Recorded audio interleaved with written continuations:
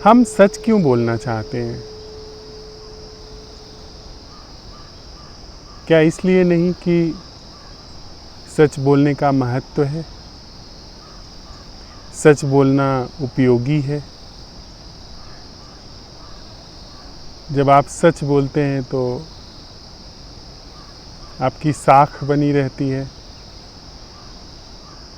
आप भरोसे योग्य होते हैं, तो लोग आप पर भरोसा करें, आपके संबंध ना बिगड़ें, इसलिए आप सच बोलना चाहते हैं।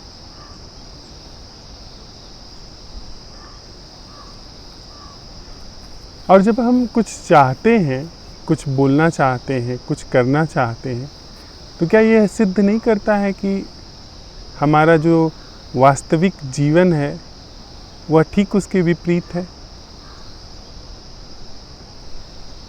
जीवन हमारा मिथ्याचार होता है, पर हम सत्य के महत्व को देखते हैं और उस महत्वाकांक्षा से सत्य बोलना चाहते हैं। यह एक नीति है,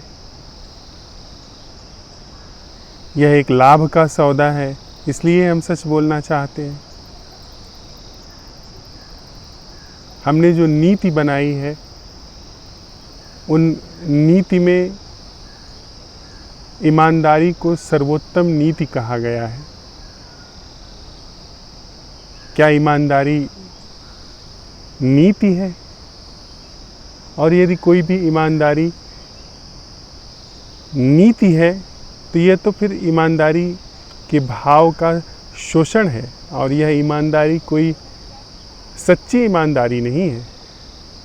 यह ईमानदारी आयोजित ईमानदारी है, क्योंकि ईमानदारी में फ़ायदा है, ईमानदारी में आपकी प्रतिष्ठा बनती है, आपकी साख बनती है। यदि आप दुकानदार हैं और आप ईमानदारी से सौदा बेचते हैं तो लोग आप पर भरोसा करते हैं, आपकी दुकान चलती है, इसलिए आप ईमानदार हैं।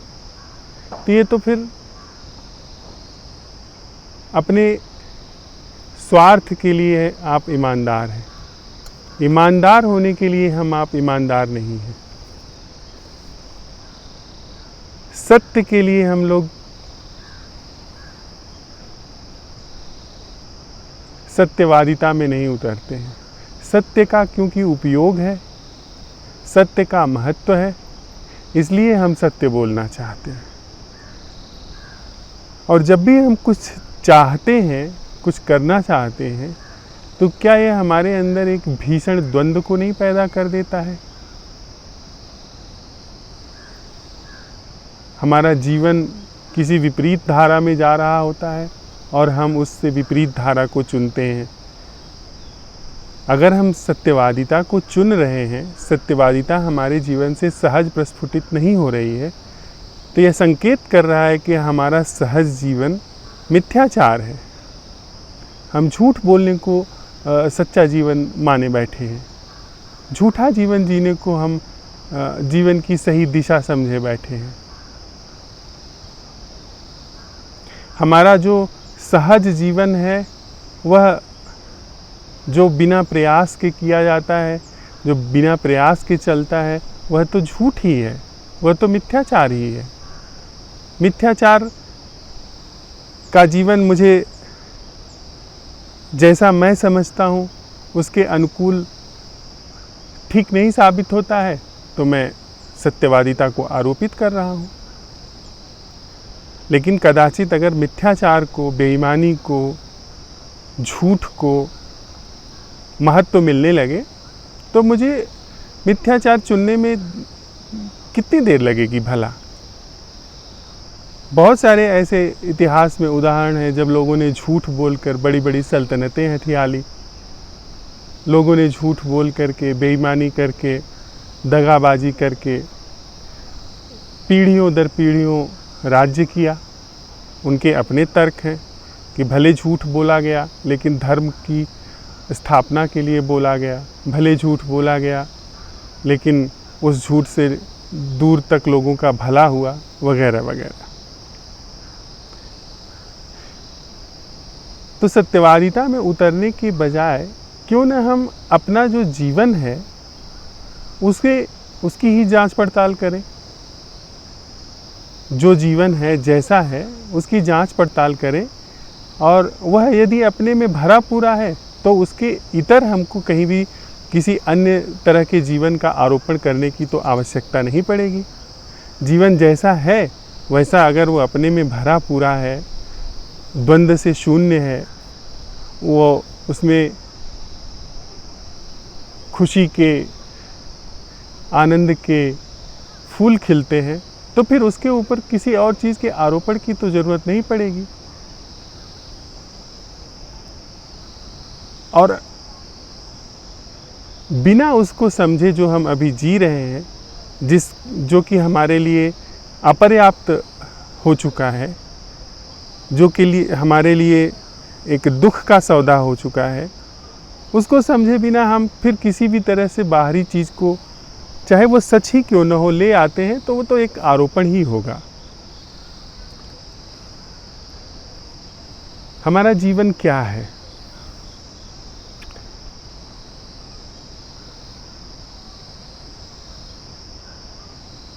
इसको बिना हम झूठ, बिना हम सच के दायरों में कैद किए यदि सीधे सीधे जांच पड़ताल करें तो हम पाएंगे कि जीवन जैसा है,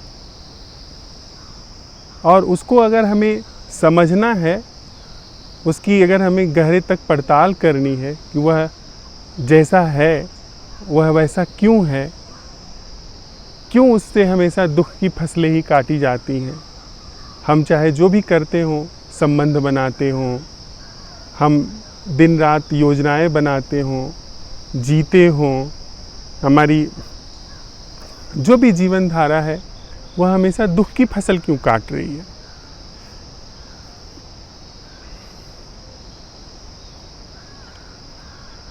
तो उसमें हमें निश्चित रूप से हम जैसे हैं वैसा ही हमको देखना पड़ेगा, अवलोकन हमको करना पड़ेगा खुद का।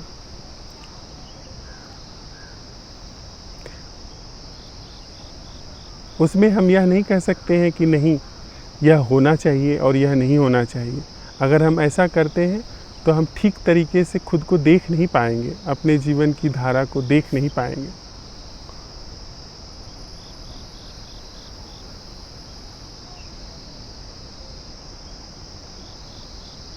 हम अपने भीतर जाएं तो हम पाएंगे कि जीवन को लेकर के हमारे अंदर विशेष तरीके की धारणाएं और विशेष तरीके के नक्शे काम करते हैं, जो संभवतः हमारे जाने बिना हमारी संस्कारग्रस्तता का परिणाम है। हम चाहते हैं कि हमारा जीवन उस तरह से हो जो हमें सिखाया गया है, उस छवि के अनुकूल बन बैठे जो हमारे अंदर पिरोई गई है।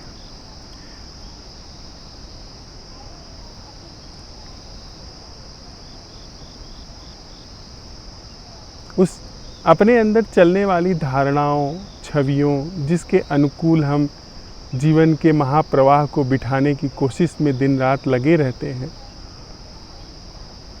और जिसे हम जीवन का संघर्ष कहते हैं, जीवन जीना कहते हैं, यदि हम उसकी थोड़ा सा भी पड़ताल करें, थोड़ा सा भी उसके भीतर उतरें,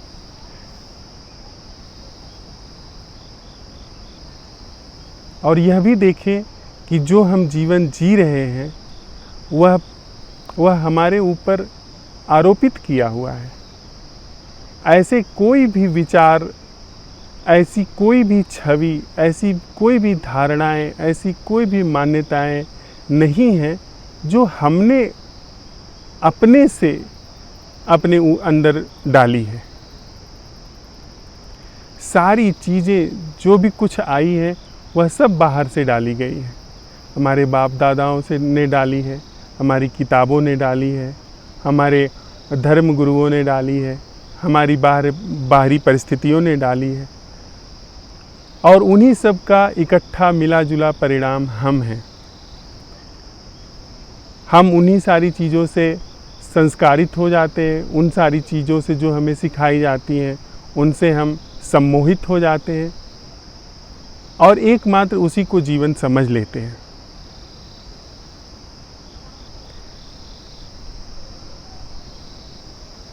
यहाँ पे माझी नदी के किनारे माझी नदी के गीतों को सुनते हुए, पहाड़ को देखते हुए जब हम ये सवाल उठा रहे हैं कि क्या हमारे अंदर जो जीवन है वो आरोपित है या वो तथ्यगत है, तो बिना किसी के बात को स्वीकार किए, बिना किसी की राय को स्वीकार किए हम अपने अंदर देख रहे हैं कि हाँ, जीवन तो आरोपित ही है।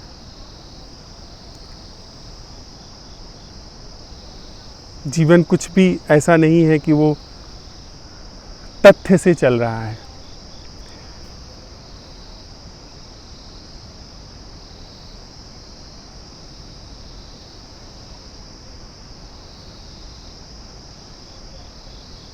और इस चीज़ के साथ जब हम ठहरते हैं और अपने अंदर यह भी देखते हैं कि इन सारी आरोपित धारणाओं, मान्यताओं, ख्यालों में बह रहा जीवन कृत्रिम जीवन है, बनावटी जीवन है।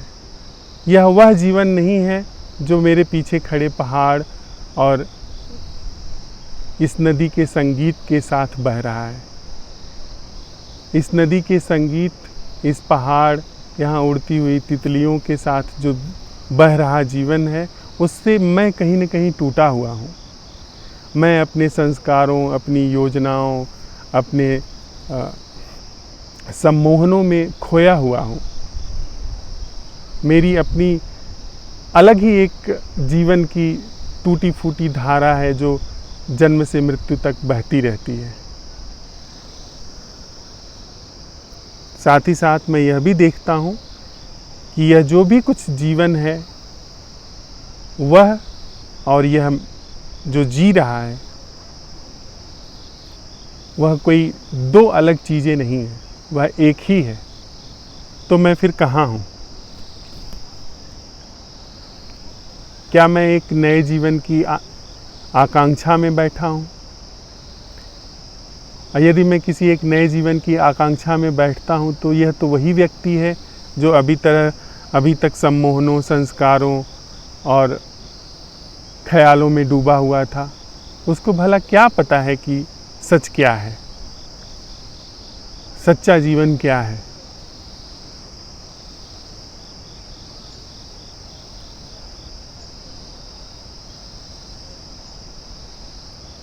यदि इस पूरे दायरे में मुझे स्पष्ट अंतर्दृष्टि हो जाती है कि यहाँ पर जो भी जीवन है यह कृत्रिम है, यह बनावटी है, जो भी सोच विचार डाले गए हैं मेरे अंदर वे सब कृत्रिम हैं, वे सब छवियाँ हैं, वे सब संस्कार हैं, उनका वास्तविक जीवन से कोई भी लेना देना नहीं है, तो कृत्रिम में मैं भला क्या चुनूंगा? कृत्रिम में मैं किस चीज़ को चुनूंगा, किस चीज़ को छोड़ूंगा?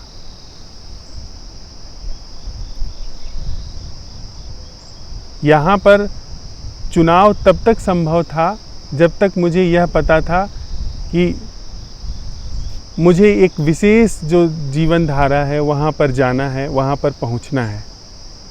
लेकिन जब यह देख लिया गया मेरे द्वारा कि चाहे मैं यहाँ रहूँ, चाहे जहाँ पहुँचने की आकांक्षा करता हूँ वहाँ रहूँ, मैं यहाँ रहूँ तब जबकि मेरे पास कुछ भी नहीं है और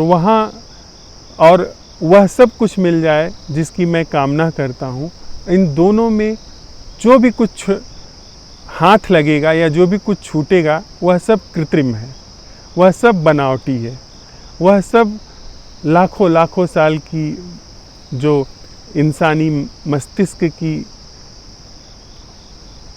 गतिविधियां हैं, इंसानी मस्तिष्क के जो बनावटी और कृत्रिम जीवन की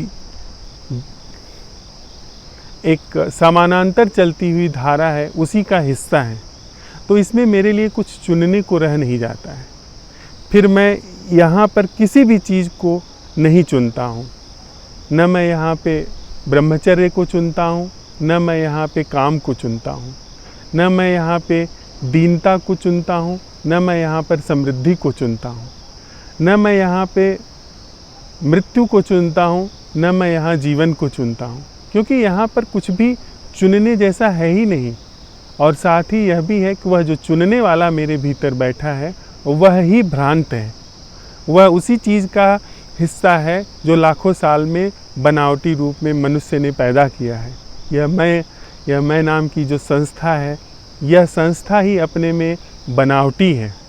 यह एक जाली संरचना है जिसने पूरी मनुष्य जाति को एक बिल्कुल ही झूठे, बिल्कुल ही भ्रामक जीवन में उतार करके घुमाया हुआ है, जिसने न जाने कितनी विपदाएं गढ़ी हैं, न जाने कितने झूठे जीवन की स्थापना गढ़ी है, जिसके भ्रम का कोई भी और छोर नहीं है। जब मेरे अंदर इस बात की स्पष्ट प्रतीति हो जाती है कि यह जो मैं संस्था है यह कृत्रिम है, यह बनावटी है, और इसके द्वारा जो भी कुछ चुना जाएगा वह बनावटी ही होगा, वह कभी भी सम्यक नहीं हो सकता, वह कभी भी सच्चा नहीं हो सकता, तो यहाँ पर सारे चुनाव मेरे गिर जाते हैं। यहाँ पर सब तरह की मेरी भाग दौड़ गिर जाती है। तो मेरे पास चुनने के लिए कुछ भी नहीं रह जाता है।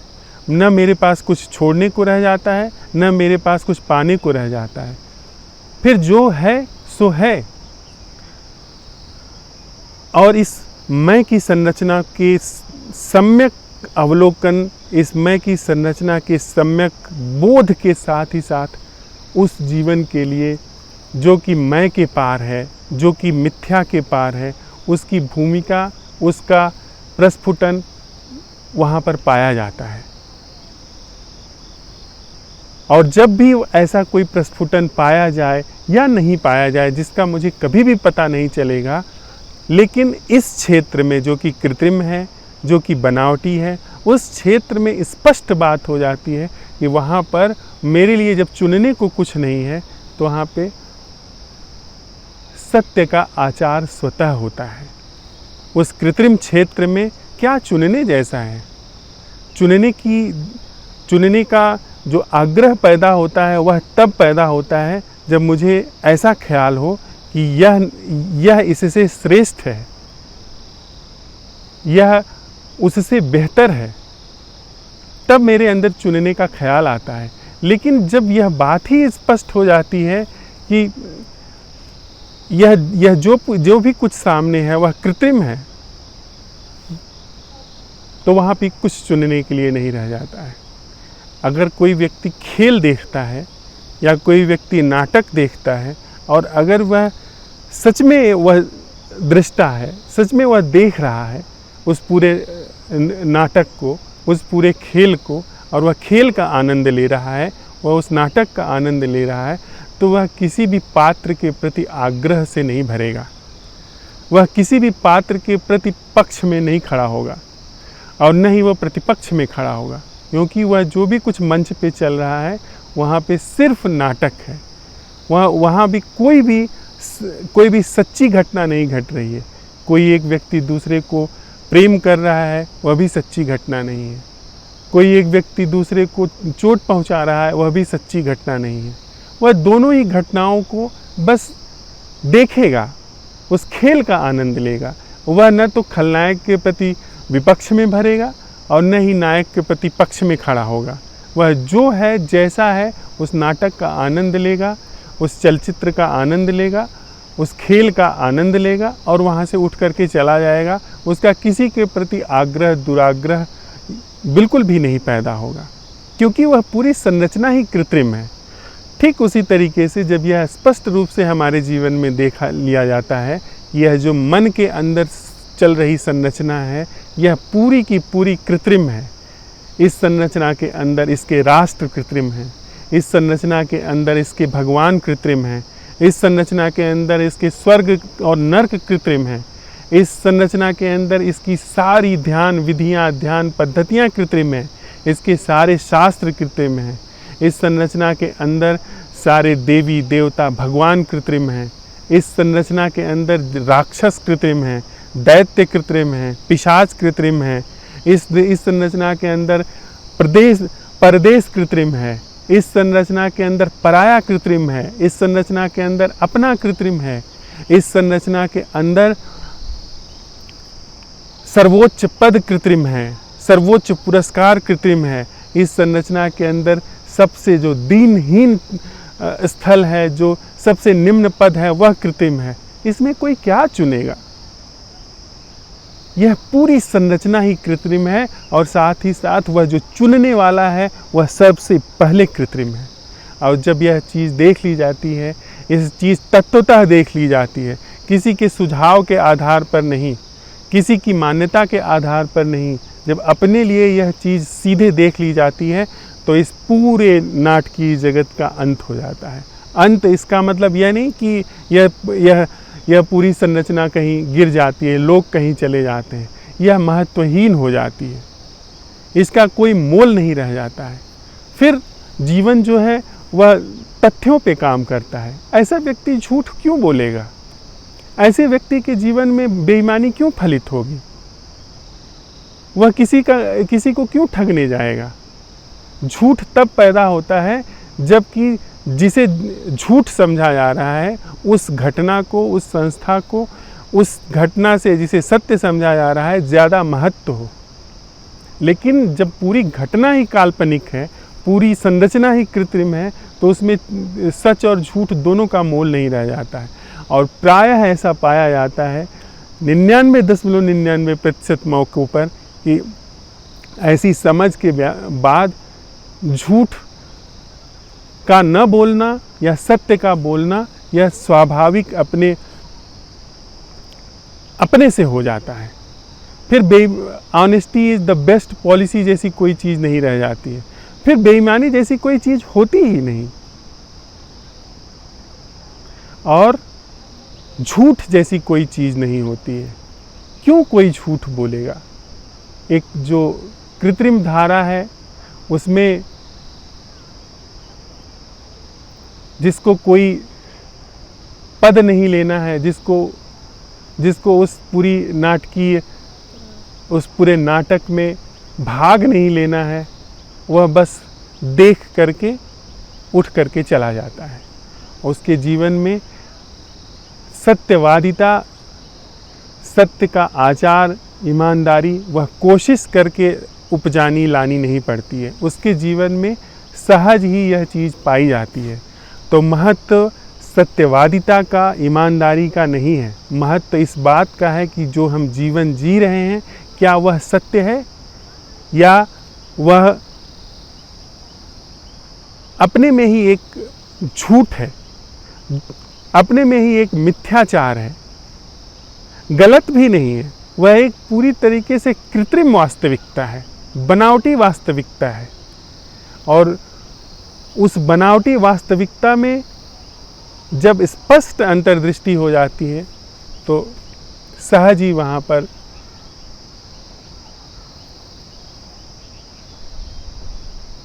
जीवन तथ्यों से चलता है, या जीवन वह मैं नाम की संस्था के पार जो है, मैं नाम की संस्था के मिथ्यत्व को देख करके जो जीवन चलता है, जो जीवन इन पहाड़ों में है, जो जीवन इन नदी की इस धारा में है, वह जीवन वहाँ पर चलता है। और इस कृत्रिम संस्था में, इस कृत्रिम मन के साम्राज्य में कोई भी चुनाव किए बिना, जिसे हम सत्यवादिता कहते हैं, वह सहज रूप से पाई जाती है।